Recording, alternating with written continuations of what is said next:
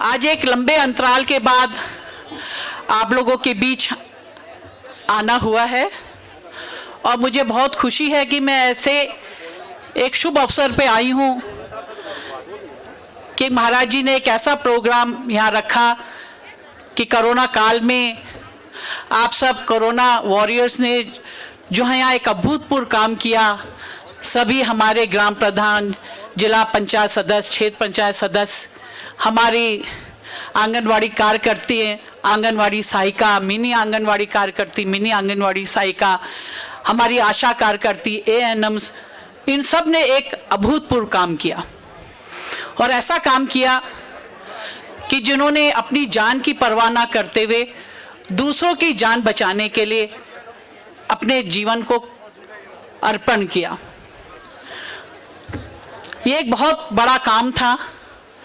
लोग अपनी जान को बचाने के लिए क्या क्या नहीं करता, लेकिन आप लोगों ने दूसरों की जान बचाने के लिए अपने जीवन को अर्पण किया। आप सब लोग निश्चित रूप से बधाई के पात्र हैं। हम सब आप लोगों को बधाई भी देते हैं और आपका पूरा सम्मान करते हैं और धन्यवाद भी देते हैं। आज मुझे और भी अधिक खुशी हो रही है कि आंगनवाड़ी कार्यकर्ताओं ने और जो हैं सहायिकाओं ने जो इतना अच्छा काम किया। और मुझे खुशी है क्योंकि जब 2002 में मैं पहली बार आप लोगों के सहयोग से, आप लोगों को प्यार से मैं यहाँ की जो है, उस समय तो चौबट्टा खाल नहीं था, बीरो खाल विधानसभा क्षेत्र था, बीरो खाल से मैं प्रथम बार यहाँ की विधायिका चुनी गई और प्रथम बार ही मुझे यहाँ के मंत्री पद से भी मैं नवाजी गई। और जब मुझे ऊर्जा, महिला सशक्तिकरण, संस्कृति विभाग, कई विभाग मुझको मिले और जब मेरे पास फाइल आई और जब मैंने फाइल का अध्ययन किया तो मैंने उसमें पाया कि जो आंगनवाड़ी केंद्र हैं ये भारतवर्ष में तो चलाए जा रहे हैं लेकिन हमारे उत्तराखंड में नहीं चलाए जा रहे। इस बात का संज्ञान लेते हुए मैंने जो है केंद्र में भी पत्र लिखा और जब वहाँ केंद्र में इसकी बैठक हुई तो मैंने इस बात को उठाया कि हमारे उत्तराखंड में भी आंगनवाड़ी केंद्र खुलने चाहिए। और मुझे बहुत खुशी है कि उस समय हमारी बात का संज्ञान लिया गया और पूरे उत्तराखंड में आंगनवाड़ी केंद्र खुले। और उसके बाद जो है फिर जब हम गांव-गांव जाते थे तो जिन बड़े गांव थे वहाँ तो खुल गए, लेकिन जहाँ छोटे गांव थे जिनकी जनसंख्या 500 से कम थी वहाँ नहीं खुल पाए, क्योंकि इसका मानक था कि जनसंख्या 500 की जब होगी जिस गांव की, वहीं आंगनवाड़ी केंद्र खुलेंगे, अन्यथा नहीं खुलेंगे। फिर मैंने इस बात पे जो है फाइल चलाई और फिर इस बात को जब दिल्ली की जब मीटिंग्स होती थी, केंद्र की मीटिंग्स होती थी, इस बात को उठाया कि हमारे तो ये जो है उत्तराखंड एक पर्वतीय राज्य है, यहाँ बड़े गांव नहीं छोटे छोटे गांव भी होते जिनकी जनसंख्या बहुत कम होती है। तो इस बात को संज्ञान में रखते हुए फिर सरकार ने जो है छोटे गांव में जो 250 की जनसंख्या थी उस गांव में भी मिनी आंगनवाड़ी केंद्र खोले गए। तो जब एक केंद्र खुले तो इसमें हजारों हजार, पूरे उत्तराखंड में हजारों हजार महिलाओं को जो है रोजगार मिला। किसी को कार्यकर्ती के रूप में लगी, कोई सहायिका के रूप में लगी। फिर मिनी आंगनवाड़ी केंद्र खुले, उसमें जो है सहायिका लगी, कार्यकर्ती लगी। और उस समय मुझे अच्छी तरह से याद है कि सन 2002 में एक जो अगर पुरानी कार्यकर्ती और सहायिका होगी वो जानती होंगी कि उस समय उनका केवल मानदेय एक कार्यकर्ती का मात्र 500 रुपए था और सहायिका का मात्र 250 रुपए था। और इस बात को भी हमने संज्ञान में लेते हुए जब 8 मार्च महिला दिवस था उस समय मैंने बात उठाई कि नहीं, हमारे इस समय मात्र 500 से और 250 रुपए से एक माँ अपना और अपने बच्चों का लालन पालन नहीं कर सकती, आप इनके मानदेय को बढ़ाइए। तब तत्कालीन हमारे मुख्यमंत्री थे पंडित नरेंद्र दत्त तिवारी जी, उन्होंने तुरंत इस बात को संज्ञान में लिया और उनका मानदेय जो डबल किया, जिनको जो है 1200 रुपए एक कार्यकर्ती का किया और 500 रुपए एक सहायिका का किया। तो एकदम से उनकी जो है इतना मानदेय बढ़ाया। फिर धीरे धीरे समय के साथ साथ बढ़ते रहा और आज उनका आप लोगों का मानदेय बहुत अच्छे संख्या में पहुंच गया है। और इस बात की भी मुझे खुशी है कि मैंने इसमें एक मानक रखा था कि हमारे पहाड़ों में जो है कई महिलाएं जो विधवा हो जाती हैं उनको पहले इसमें नौकरी मिलनी चाहिए। और फिर दूसरा मानक हमने रखा था कि जो हमारे गांव में प्रत्येक महिला हैं, किसी कारणवश उनके पति अपनी पत्नी को छोड़ देते थे, क्योंकि अगर मैंने ये देखा था कि अगर गांव में किसी महिला के अगर बच्चे नहीं हो रहे हैं तो सारा दोष महिला को दिया जाता था और पुरुष उसको छोड़ के पुनः दूसरा विवाह कर लेता था और उस महिला का कोई जीविका का साधन नहीं रह जाता था। आपने सुना होगा पुराने जो है मंदिरों में कितनी माताएं जो होती थी वो जोगन बन जाती थी, इसीलिए हो जाती थी कि उनका कोई जब सहारा नहीं होता था वो मंदिर में जोगन हो जाती थी।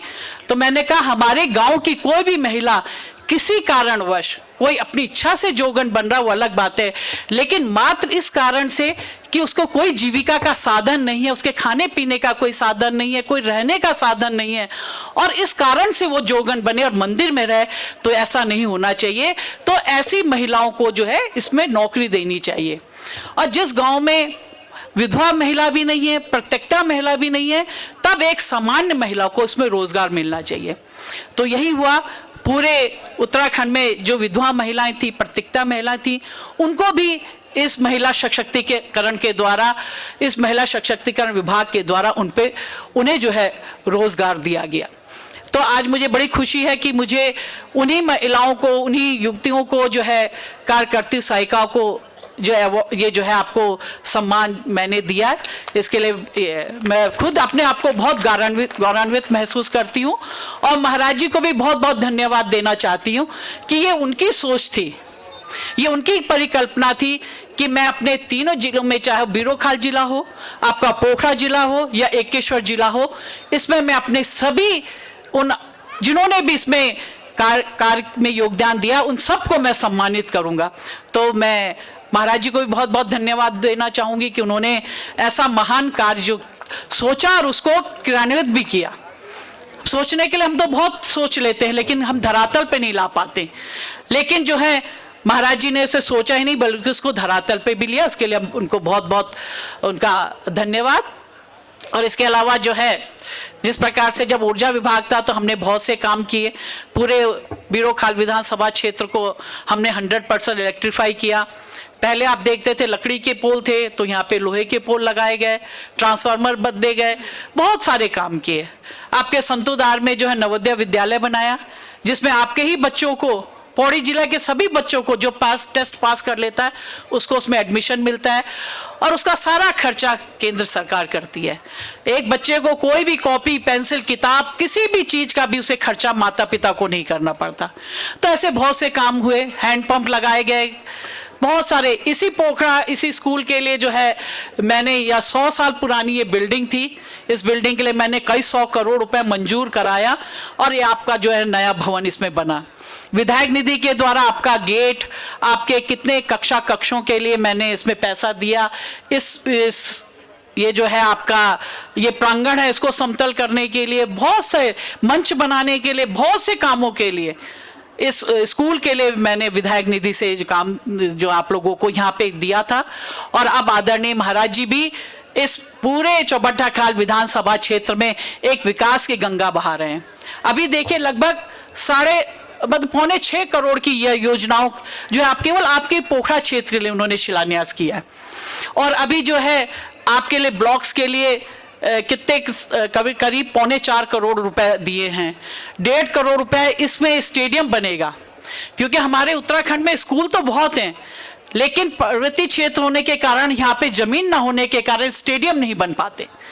तो ये जो है इस पोखरा जो इंटरमीडिएट कॉलेज है, इसमें जो है स्टेडियम के लिए 1.5 करोड़ रुपया दिया है। तो यहाँ पे स्टेडियम बनेंगे जिससे हमारे आने वाले बच्चे, भावी पीढ़ी यहाँ के, कल वो भी जो है विराट कोहली बन सकता है क्रिकेट खेल के, रोहित शर्मा बन सकता है, या कोई सानिया मिर्जा निकल सकती है, क्या ऐसे करके आपके भी बहुत सारे बच्चे, इस उत्तराखंड से बच्चे निकल के, जब स्टेडियम होगा उनको यहाँ पे मौका मिलेगा तो यहाँ से भी हमारे कितने बच्चे निकल के बहुत बड़े बड़े जो है क्रिकेटर्स बन सकते हैं, बैडमिंटन चैंपियन वो बन सकते हैं, बहुत सारे वो क्रिकेट प्लेयर सब बन सकते हैं। मैं जो कलाकार प्रस्तुत कर रहे हैं, जितने भी यहाँ पे टीम आई है, जो अपने गायन गा रहे हैं, डांस कर रहे हैं, वो सब के हैं, हुड़की बजा रहे हैं, सब कुछ बजा रहे हैं, उसके उनको भी सभी कलाकारों को मैं बहुत बहुत धन्यवाद देना चाहती हूँ कि आप सब लोग बहुत सुंदर प्रस्तुति दे रहे हैं और आपकी प्रस्तुति के कारण ही इतने अभी लोग बैठे ना, तो अभी तो कितना लोगों को भूख लग गया वेली और सब पेट हम चूहा भी कूदना वाला, अब बुना वाला कब प्रोग्राम खत्म और हम ज्वाला घर। तो ये बातें कितना सुंदर, आपसे बहुत दूर बटे आए यहाँ छी, आप लोग बड़े आराम से बैठ के सब आप ये कार्यक्रम भी देखो और जब आप लोगों के भोजन की भी व्यवस्था है, भोजन भी करके जाया और कोई बात नहीं चे। हम लोग तो जब शिवरात्रि आंदी, जन्माष्टमी आंदी तो व्रत भी रख दो और सुबह तो नाश्ता कार्य वालो आप लोग, तो ये कोई बात नहीं चे, आराम से बैठक आप लोग ये जो कार्यक्रम च इतना सुंदर कार्यक्रम जो यह खूणु च, आप लोग बड़ा नाच भी करना चाहे, डांस भी करना चाहे और एक तो हमारी बॉडी चाहे कितना सुंदर नाचनी चाहे, ये उम्र में अभी कितना सुंदर और नचनी चाहे, तो आप लोग और गाना वाला और नृत्य करला और आप लोग जो आप लोग जब नृत्य करला तो भूख भी ज्यादा लगली तो खूब भोजन भी करला। तो आप सब लोग से आगे भी आप लोगों के समय आणु कि आप लोगों का जो अग्नि जो समय आणु वे में भी आप बड़ा सोच समझ के आप लोग अच्छा लोगों थे लाया राजनीति में, जिससे वो आपका क्षेत्र का विकास कर सकता। आप लोगों ने लेकिन हम थोड़ा सा लालच हम बहक जाता, थोड़ा सा कोई हमते ये तो पहाड़म जो भैया एक लत भी बहुत लगी चे, एक बोतल मिल जाती और एक कुछ रुपया पैसा मिल जाते, सब लोग बहक जाता। लेकिन वो थोड़ा सा वो बोतल कितना चली, एक रात ही चली या 2 रात चली, वैसे ज्यादा तो नहीं चली। लेकिन अगर हम थे अपन विकास दिखण च कि हम हमार यो कामों में कह कि लालच में नहीं बहकन, बल्कि अपन विकास देखने कि महाराज जी कितना विकास करना चाहिए, वह विकास की गंगा थे हमारे और आगे ले जाना। ये में आप लोगों का भी महत्व है, ये हमारे कर्तव्य नहीं है, आप लोगों का भी कर्तव्य है कि एक अच्छा नेक आदमी थे जब हम आगे लौला तो वो और भी काम करला। आप लोग हम थे चुन, हम लोग आपक विकासकार, आप लोग महाराज जी थे चुन तो वो आपक विकास करना चाहिए, अग्नि भी चुनला तो वो आपक ही विकास करला। भाई महाराज ईश्वर का कृपा चे महाराज जी थे अपन विकास नहीं करना, वो आपक विकास करना।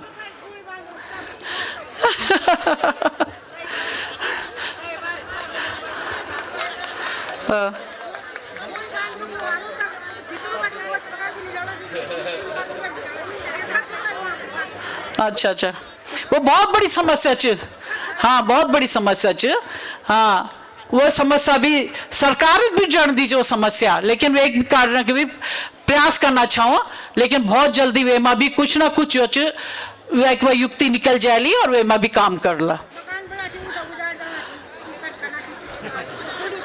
एक कारण ये भी च कि हम लोग जो अपन जो जंगल अच्छा है वे में जो वृक्षदार जो पेड़ नहीं लगाना चाहो।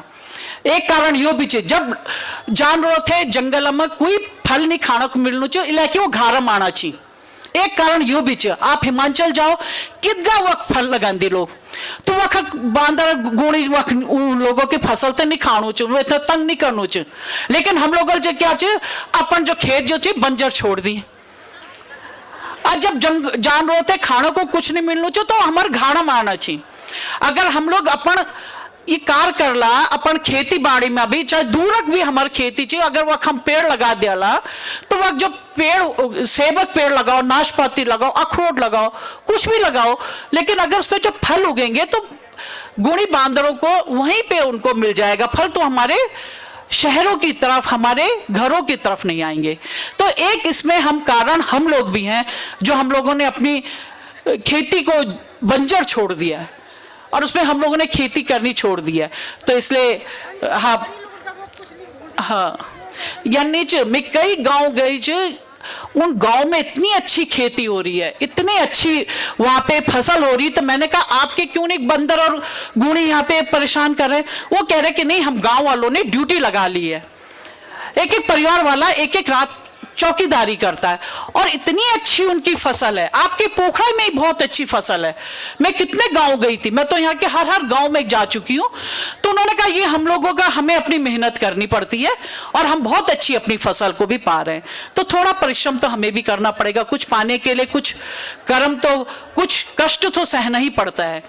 तो इसलिए जो है आप सब लोगों का मैं पुनः धन्यवाद देती हूँ और आप सब लोग यहाँ पे आए, इस कार्यक्रम को आपने शोभित किया।